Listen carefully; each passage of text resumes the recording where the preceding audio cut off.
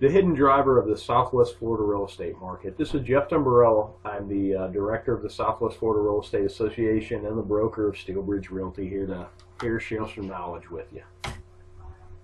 Understanding trends. Everybody talks about trends, but what exactly really is a trend? The verb version of a trend is to have a general tendency, set of events, conditions, or opinions.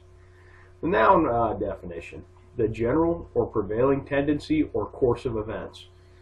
Everything that I can find is always cyclical, and it's either by design or this is just how the experiment works better. But I mean, hurricane season, economic cycles, housing cycles, demographics particularly is very cyclical based upon the events that drive them. So you really need to understand the trends to understand what a market's doing and potentially where it could go.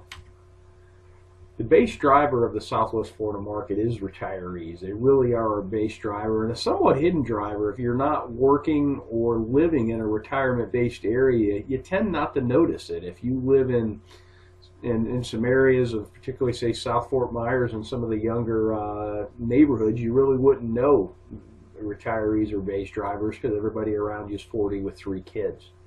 But a retiree is a person who's retired from a working or professional career.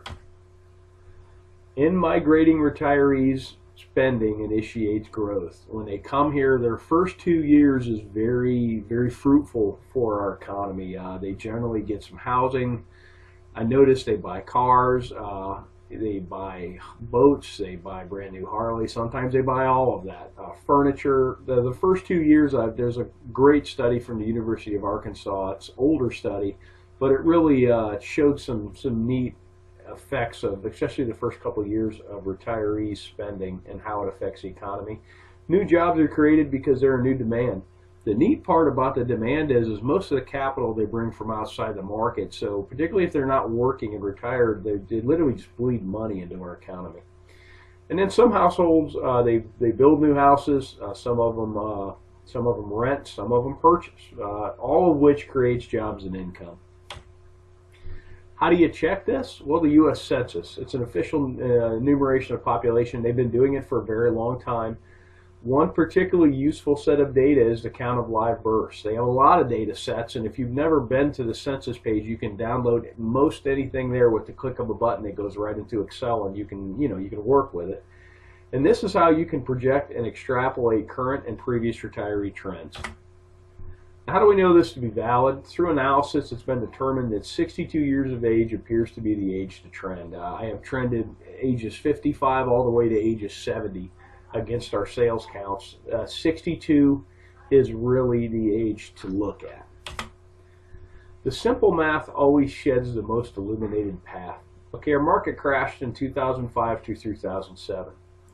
If you go back 62 years, that's 43 through 45, World War II caused a large drop in the U.S. birth rate. Lo and behold, 62 years later, all the retirement centers in this country crashed first. When the bubble blew, it was Florida, Arizona, and Nevada, Las Vegas that blew first, and those were heavy retiree pockets, and that's what popped the bubble. Take a look at the last cycle. Here's our sales counts, and here's the live births. Charted against one another. Now bear in mind, when the market blew up, everybody pulled back. But what's neat is when the market started to tick up again, it perfectly coincides with the retirees.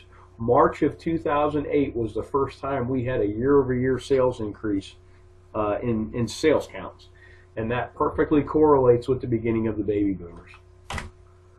Notes on the last cycle, you really have to understand the last cycle initially formed out of growth from retirees and then turned into a full-blown leverage-induced mania from 2004 to 2006.